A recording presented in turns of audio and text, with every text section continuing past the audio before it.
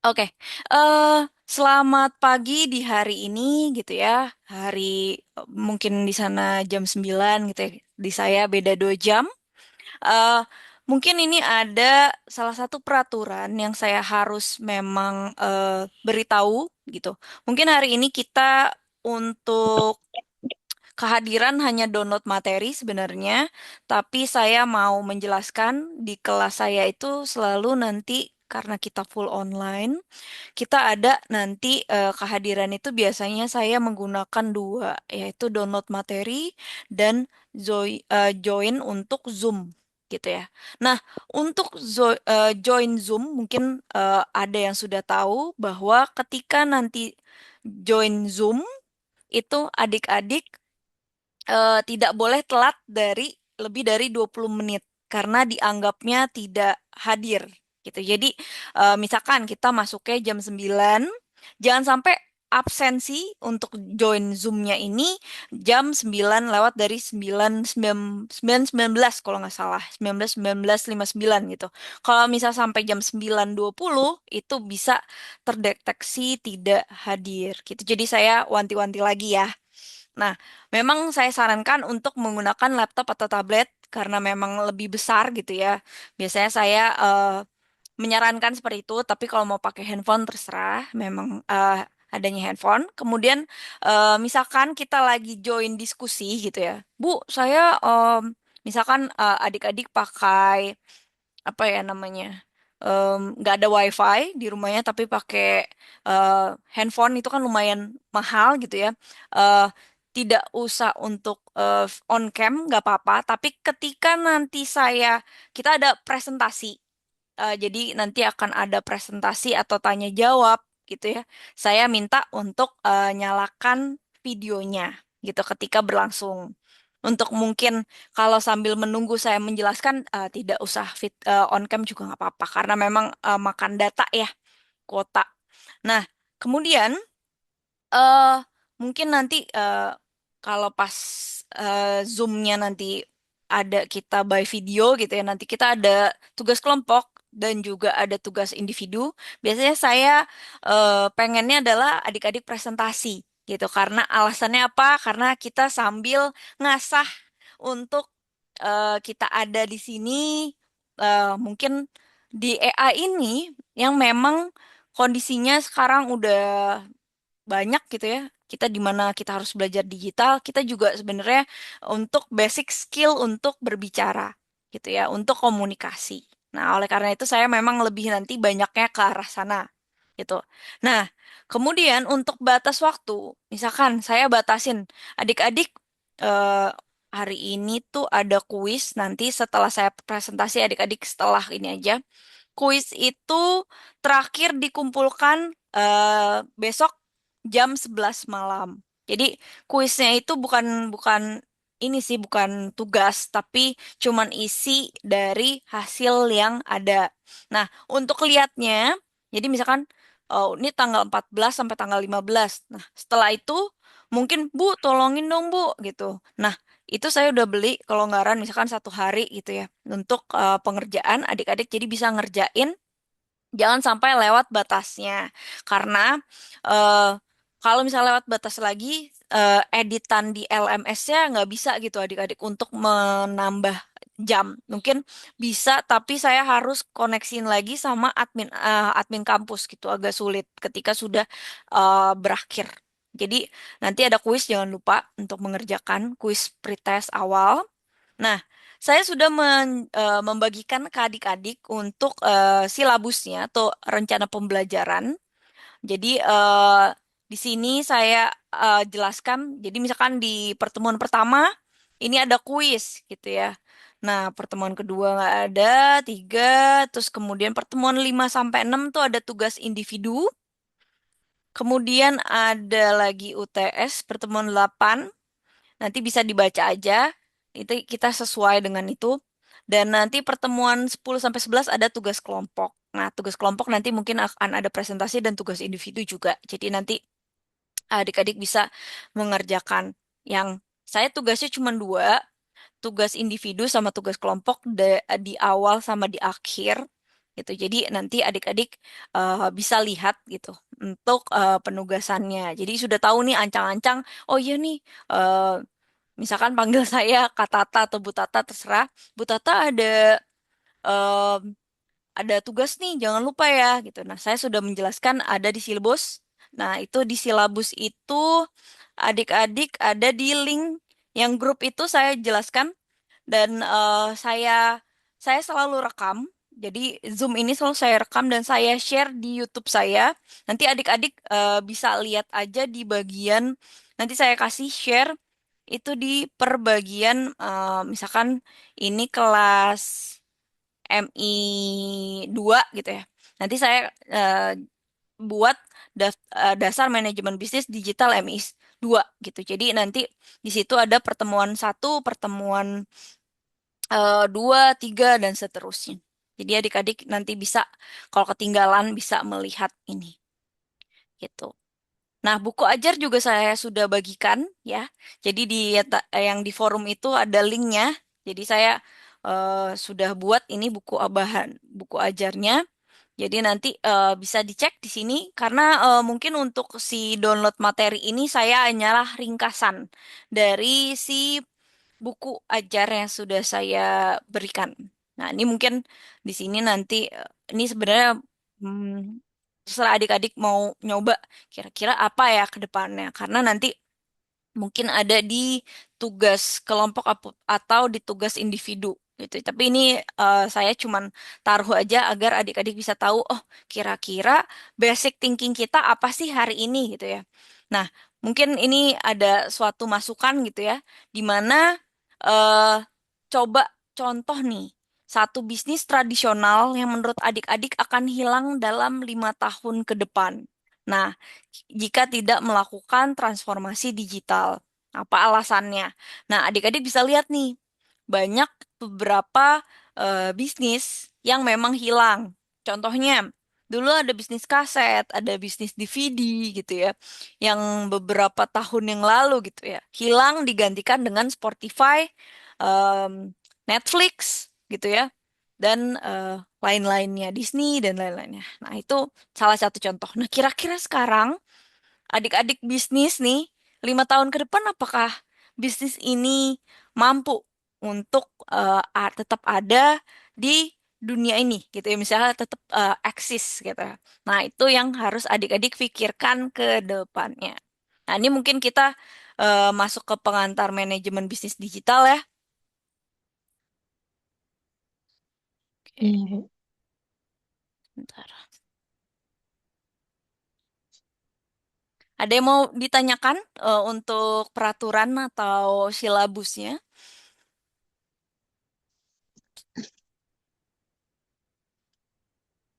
Sudah jelas? Nanti tanyain aja ya kalau misalkan ada yang dibingungkan oleh adik-adik. Oke, mungkin hari ini kita santai aja, cuman ada kuis sedikit gitu ya. Memang ada di dalam buku maupun materi gitu. Jadi adik-adik nanti bisa baca aja. Saya bukunya open book kok. Kalau misalkan adik-adik mau mengerjakan si kuisnya tersebut gitu. Sebenarnya hanya untuk insight adik-adik kira-kira dari yang saya jelaskan ini apa sih gitu ya. Nah, eh, ini kita ada pengantar manajemen bisnis digital dan memahami paradigma baru dan pilar utamanya. Nah, sebenarnya kita ada banyak kalau adik-adik mungkin sekarang namanya Gen Alpha atau Gen Z gitu ya masuknya.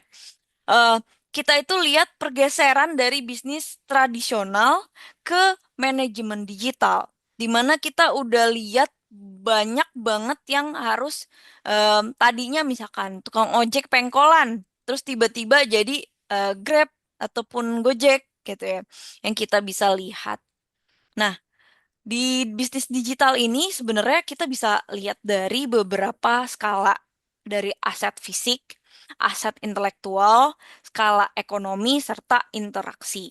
Di mana sebenarnya kalau adik-adik lihat ya, em, bisnis tradisional itu bergantung pada aset fisik aja gitu ya. Misalkan contoh, em, saya mau jual sayur gitu ya.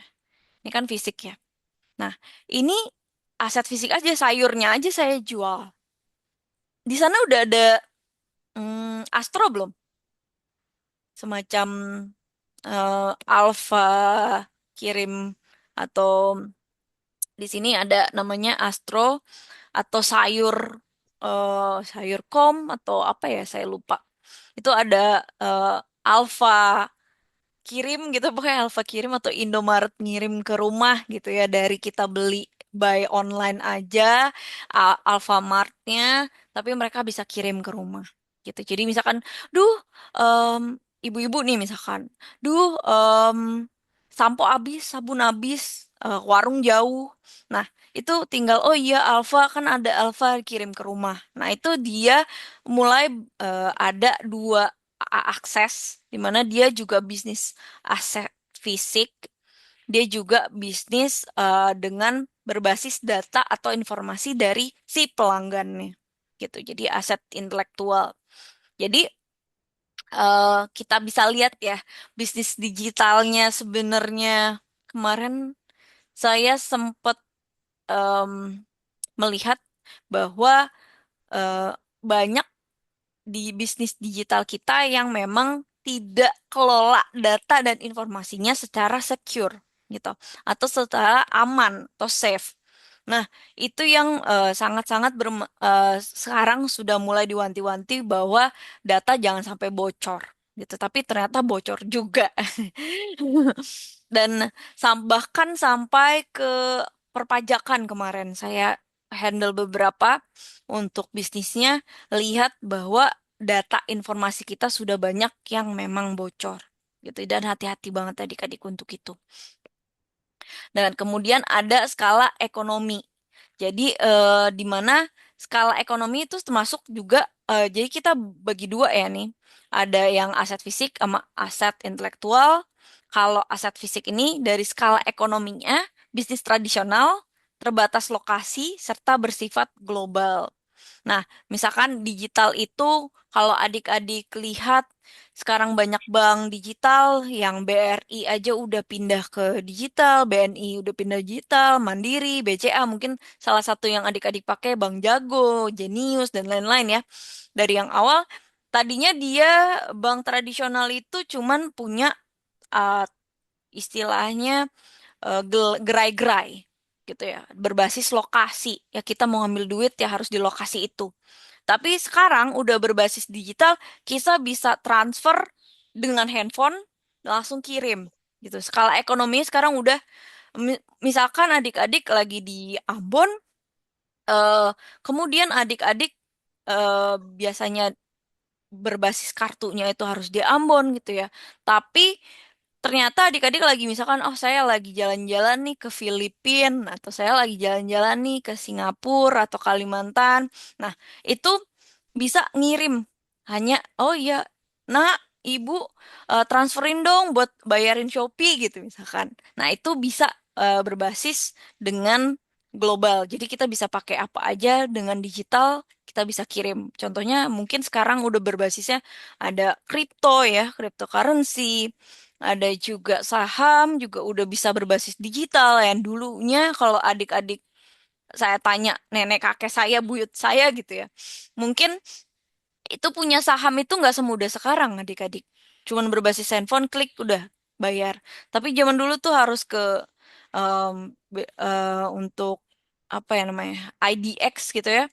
Untuk beli sahamnya, tanda tangan, harus minimal 1.000 lot gitu ya. Dengan kalau sekarang udah minimalnya 1 lot gitu ya, atau 100 lembar. Nah itu ada dalam skala ekonomi.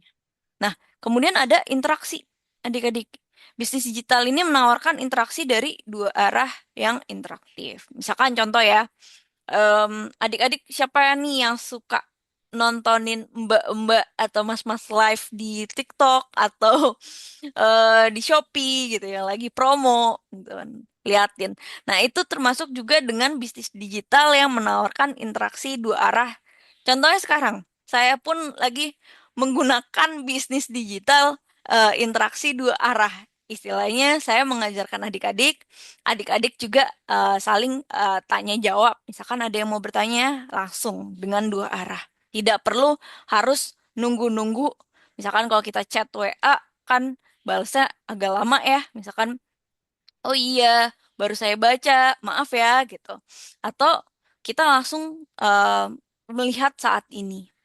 Nah, kalau misal dilihat ya, evolusi bisnis digital ini gitu ya, kita bisa lihat dari tahun 1980 di era tradisional. Biasanya asetnya fisik, tanah, emas langsung fisik. Sekarang emas udah bisa kita beli base ini aja ya, kita udah ada tuh di situ angkanya gitu. Beda dengan zaman sekarang. Nah, kemudian di tahun 2000, nah kita belum pada lahir lah ya. eh, Era e-commerce ini tokonya baru baru mulai muncul. Mungkin saya ingat itu kalau toko pertama itu di 2011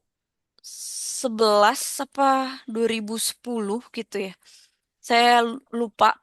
Itu saya baca-baca di Kaskus itu adalah yang paling pertama atau toko bagus.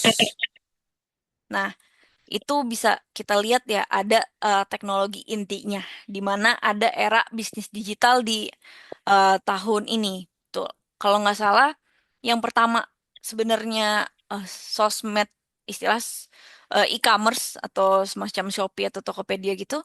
Pertama toko bagus, Kaskus, kemudian satu lagi tuh Lazada. Itu termasuk yang utama-utama. Kemudian baru keluarlah si Tokopedia ini. Tuh, atau bilangnya toko bagus lah. Tadinya toko bagus terus dibeli jadi Tokopedia. Nah, itu ada era untuk di mana itu teknologi intinya. Tuh. Nah, ini masih toko, masih berbasis e-commerce, toko online, kemudian ada namanya bisnis digital. Nah, kemudian sekarang itu udah masuk sharing ekonomi di mana contoh kita udah ada affiliate gitu ya. Kalau adik-adik yang memang sudah punya KTP gitu ya, pengen nyoba untuk jadi affiliator, nanti saya bisa ajarkan sedikit-sedikit. Mungkin di beberapa akhir-akhir atau UTS atau sebelumnya atau sesudahnya gitu ya. Nanti kita akan ada sesi sharing di mana ternyata bisnis digital ini saya taruh aja ya, misalkan saya suka gambar, saya taruh aja di NFT, tiba-tiba laku gitu ya untuk beberapa berbagai picture atau kita yang suka foto-foto, terus kita taruh gitu, ternyata laku dengan oh, yang padahal kalau menurut kita itu kok bisa laku ya? Padahal kan itu cuma lucu-lucuan aja. Oh ternyata di era ini adalah kita adalah sharing ekonomi, di mana kita coba semua segala bisnis di digital ini kita bisa lakuin gitu adik-adik. Jadi nggak berpaku sekarang itu kayak orang harus, oh aku harus jadi orang kantoran. Oh aku harus jadi orang yang seperti ini gitu ya. Tapi ternyata di dunia bisnis ini untuk digital ini kita berbeda banget dengan zaman mungkin orang tua kita atau nenek-nenek kita gitu ya, nenek kakek kita. Nah itu kita bisa ada platformnya tersendiri. Jadi sebenarnya ekosistem digital saat ini ya ada marketplace untuk platform dan networknya. Jadi kita bisa lihat ini ada sosial media, kemudian ada aplikasi offernya untuk berbagai venue buat mengeraih customernya. Sorry nih pakai bahasa Inggris, kalau mau bahasa Indonesia di buku ya. Nah, untuk permainannya sendiri gitu ya. Jadi kita bisa lihat ada digital konsumen, terus kompetisi global gitu ya secara menyeluruh, logistik partner, terus ada payment gateway. Jadi payment gateway itu sebenarnya kalau adik-adik lihat ya, contohnya adik-adik mau bayar Shopee, kemudian itu ada paymentnya pakai apa aja? Ada QRIS, ada mau pakai bank apa, atau mau pakai pay later dan lain-lain. Itu sebenarnya itu namanya payment gateway, di mana kita eh, join untuk fungsi dari si ekosistemnya ini. Jadi kita jualan sesuatu di situ, ya kita bisa bayar pakai apapun. Jadi kita nggak usah mikirin, aduh, dulu ya kalau saya jualan tuh masih mikirin, aduh kalau saya transfer kena 6.500 atau 2.500 pakai BI gitu ya sekarang. Nah, Itu zaman dulu masih 6.500, kayaknya zaman pas COVID deh baru ada namanya BI Fest. Nah, itu ekosistemnya udah berubah, makin ke sini ada QRIS dan sebagainya. Nah, kemudian ada data dan analitik. Nah, data analitis ini buat eh, behaviornya atau perilakunya si konsumen ini. Jadi untuk membantu suatu bisnis atau strategi berbasis real time. Jadi adik-adik misalkan beli sekarang, check out nih, tek, langsung kita ke penjual langsung ada. Tapi mungkin kalau adik, sorry.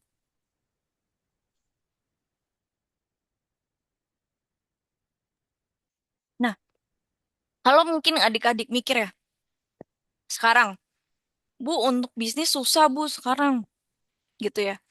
Saya juga merasa bisnis itu sekarang lebih susah karena si manufaktur atau memang perusahaan yang besar-besar ini sudah mulai turun ke bawah langsung ke end customer atau langsung ke customer akhir.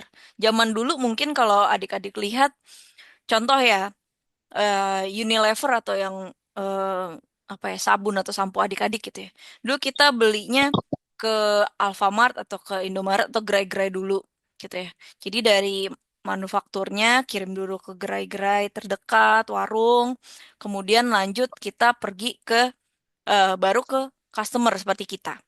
Sekarang itu udah, kalau adik-adik bisa lihat di online, itu adik-adik bisa langsung beli dari pabriknya gitu.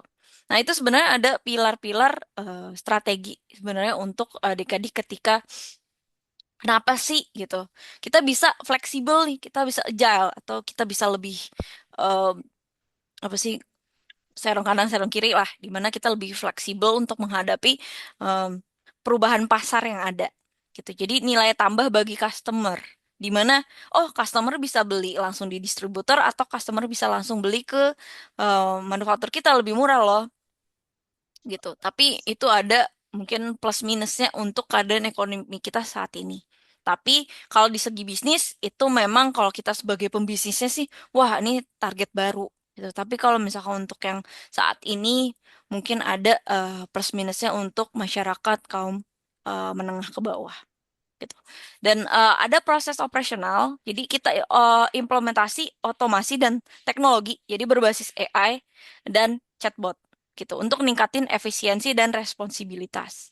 Jadi di mana adik-adik bisa, kalau saya sih nggak naro chatbot ya di WhatsApp sebenarnya bisa adik-adik untuk yang berbisnis. Jadi nanti kita bilang, iya selamat pagi bla bla bla. Tapi kita harus punya mungkin WhatsApp kita bedain ya, WhatsApp bisnis sama WhatsApp yang memang pribadi. Jadi jangan salah, jangan sampai kita ngechat eh, di kerjaan terus dia, bilang, iya selamat datang di toko toko online bla bla bla. Gitu. Jadi kita harus bisa bedain di mana chatbotnya untuk penjualan sama chatbotnya untuk yang kita pribadi. Gitu. Jadi kita bisa lihat itu. Nah, untuk SDM dan budayanya, kita juga harus secara pilar ya. Manajemen itu kita harus budaya yang adaptif. Jadi kita kolaborasi untuk dukung inovasi gitu. Dan kita harus ada keberanian untuk gagal. Jadi misalkan contoh gini ya. em, Adik-adik bisa lihat ngapa sih adik-adik sebagai pemilik bisnis atau one day adik-adik mau jadi manajer atau direksi harus melek secara digital. Jadi pentingnya literasi untuk manajemen bisnis ini, di mana 70% transformasi digital gagal karena faktor manajerial yang tidak efektif. Ada tahu contohnya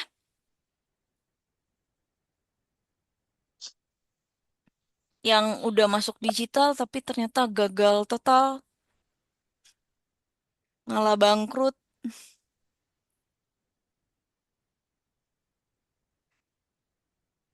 Ada yang tahu? Warna e-commerce contohnya, terus warnanya merah. Mana Allah? Ada yang tahu? Bagaimana sih soalnya? Jadi ada suatu, jadi kita rata-rata nih 70% transformasi digital gagal karena berbagai faktor manajerial yang tidak efektif. Nah, contoh perusahaan atau produk secara digital yang gagal, ada yang tahu contohnya? Produk Apa sih? digital yang gagal, mereka perusahaannya gagal total dan mungkin bentar lagi bangkrut.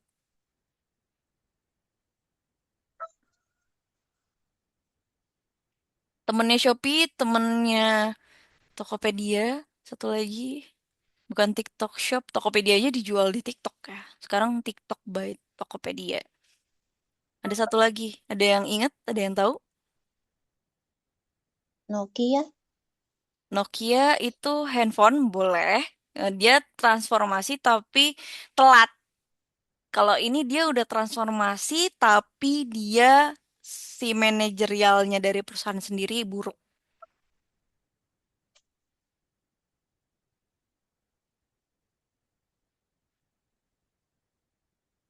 Oke. Contohnya Bukalapak. Ada yang inget? Iya. Iya. Nah, itu salah satu mereka itu bisa sebenarnya mereka bisa berkembang. Hanya saja mereka tidak nggak bisa ngehandle lagi untuk bisnisnya gitu ya. Karena memang sudah namanya jelek adik-adik. Jadi di mana sebenarnya misalkan adik-adik berada di level manajerial atau direktur ataupun pemilik, adik-adik harus hati-hati untuk rencanain atau untuk bersuara. Jadi di mana adik harus hati-hati karena itu bisa benar-benar satu kita salah ekspansi, kita udah ngeluarin uang tapi ternyata gagal total. Nah, itu ekspansi sangat besar dan itu bisa berakibat pada cash flow atau keuangan dari suatu perusahaan gitu ya. Kemudian untuk perubahan fungsi gitu. Jadi di mana perencana agile ini gitu ya atau eh, yang memang fleksibel gitu ya. Agile itu fleksibel. Secara fleksibel ini dari rencana 5 sampai 10 tahun. Jadi kita berbasis data real time yang responsif. Jadi di mana yang tadinya oh kalau saya gitu misalkan ya adik-adik one day kerja di suatu perusahaan, adik-adik lihat gitu ya. Oh, ini saya diajarin sama Bu Tata misalkan di tahun 2030 deh ya. 2026, wah itu udah 4 tahun yang lalu gitu ya. Oh, itu udah nggak real time lagi. Nah, kita harus rencanain lagi yang saat ini gitu ya. Makanya saya data terakhir yang saya dapat di 2025 akhir Desember. Saya ngajarnya di 2025 akhir. Jadi saya update data semua di tahun 2025 Desember. Nah, tapi ini sebenarnya ada perkembangan baru yang saya harus lihat lagi. Kita harus responsif lagi. Oh, kira-kira perencanaan bisnis kita gimana nih? Gimana cara kita manage perusahaan kita gitu ya. Jadi atau bisnis kita. Nah, itu kita bisa lihat dari struktur organisasi kolaborasi yang lebih baik lagi. Kira-kira misalkan contoh em, adik-adik bisnis nih, contohnya Bluebird gitu ya. Kalau adik-adik tahu taksi, taksi Bluebird. Nah, itu dia kolaborasi malah sama si Gojek gitu ya. Dia selain kolaborasi, dia juga punya aplikasi. Jadi dia untuk pendekatannya sendiri itu dia menggunakan lintas untuk kolaborasi lebih baik. Jadi mereka cepet tuh. Wah, kalau kayak gini saya bakal kalah nih kalau saya nggak kolaborasi gitu. Jadi mereka memfasilitasi juga untuk itu. Itu salah satu contoh yang em, bisnis tapi dia tetap untuk berkembang secara manajerialnya. Mungkin bagus sekali tuh mereka saya bakal kalah nih sama Gojek dan lain-lain. Tapi mereka milih untuk tetap kolaborasi. Dan saat ini mereka lebih banyak lagi bus gitu ataupun yang mungkin memakai mobil-mobil mewah gitu bisa ke si Bluebird itu gitu atau taksi. Nah, kemudian kita ada 3 pilar manajemen. Kita fokusnya pada bisnis, teknologi, sama human atau user. Jadi kita bisnis itu kita fokusnya pada profitabilitas. Jadi profit, untung gitu ya. Nah, tujuannya jangka panjang, adik-adik. Jadi keuntungannya berapa nih strateginya untuk mendapatkan keuntungan sekian. Kemudian teknologi. Nah, gimana caranya kita efisiensi operasional kita? Contohnya untuk membangun pertumbuhan bisnis digital dan keamanan kita juga secara sistem, gitu ya. Jadi teknologi kita perbaiki terus-terusan, gitu ya. Adik-adik kalau misalkan ada yang memang tertarik untuk di dunia bisnis digital atau mungkin tertarik untuk di eh, digital marketing gitu ya. Nah, itu kita harus lihat lagi nih bagaimana cara untuk efisiensi digital marketing karena digital marketing sekarang banyaknya berbayar ya dibandingkan dulu. Sekarang banyak apa-apa kita posting harus bayar. Kalau misal kita mengandung ini kita nggak di istilahnya ya adik-adik. Kalau kita lihat di TikTok, adik-adik coba aja untuk publish menggunakan suatu sistemnya adik-adik. TikTok nggak akan naikin gitu. Misalkan adik-adik ngasih eh, affiliate sesuatu, misalkan ini lo bagus gitu. TikTok nggak akan naikin. Kalau adik-adik bayar baru TikTok naikin. Nah itu sekarang kita lihat lagi efisiensinya terhadap bisnis kita. Nah kemudian ada human atau usernya kita gitu ya, atau yang menggunakan.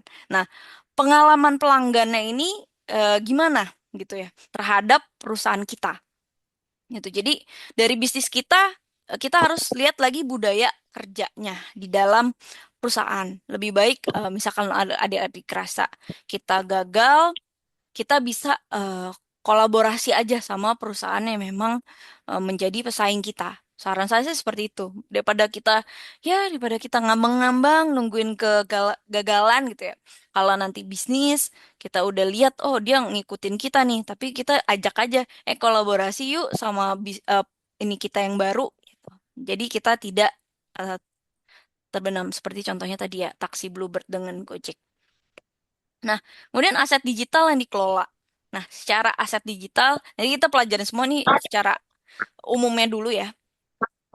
Nah, ada data dan knowledge gitu ya. Jadi merupakan, sorry,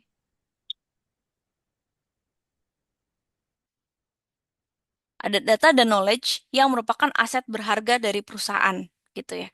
Jadi ada tren, ada perilaku konsumen. Adik-adik coba sekarang kita ngomongin hmm, payung. Lagi musim hujan nih, kita butuh payung. Nih ntar di Instagram, di TikToknya adik-adik isinya payung. Atau di Google adik, payung, payung, payung. Nah itu merupakan, percaya nggak percaya, kita bisa nge-share mereka tahu apa yang kita search hari itu.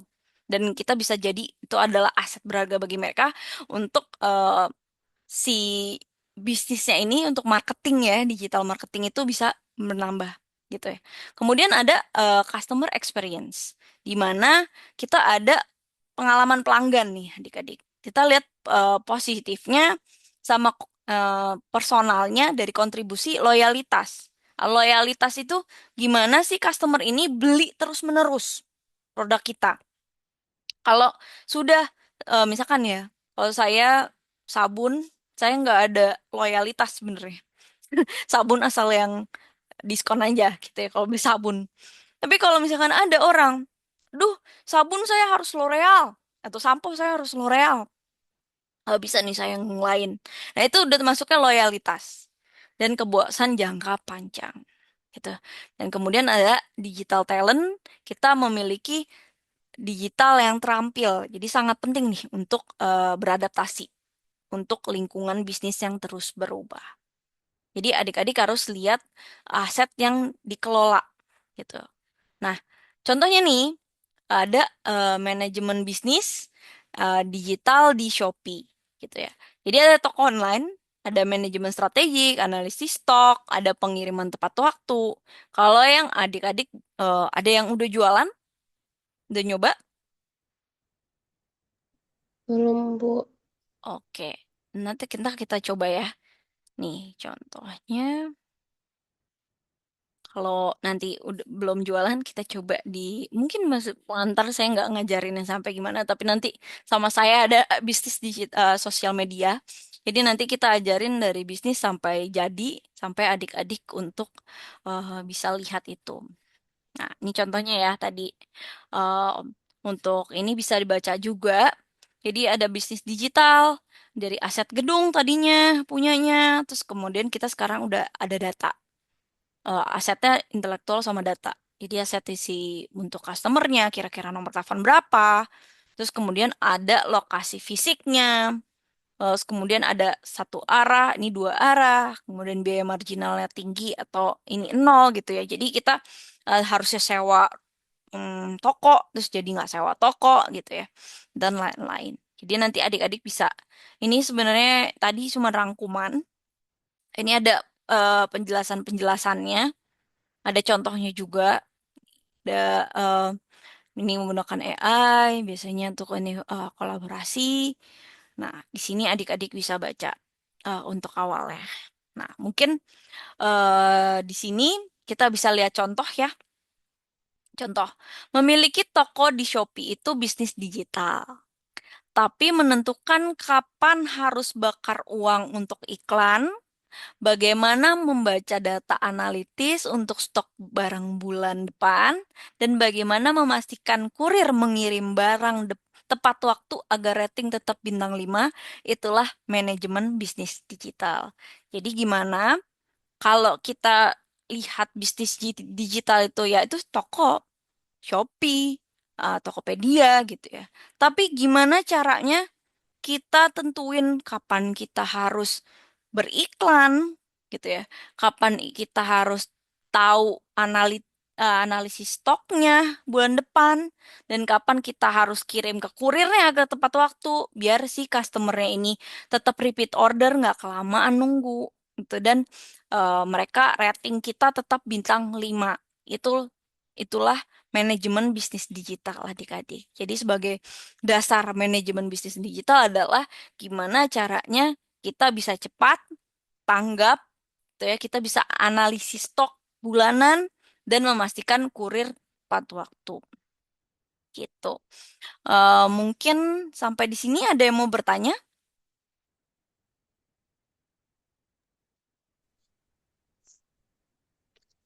Tidak, Bu.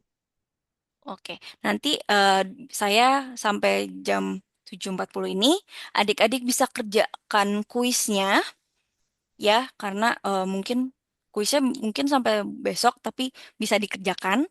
Silakan ya. Sampai jumpa minggu Iya, depan.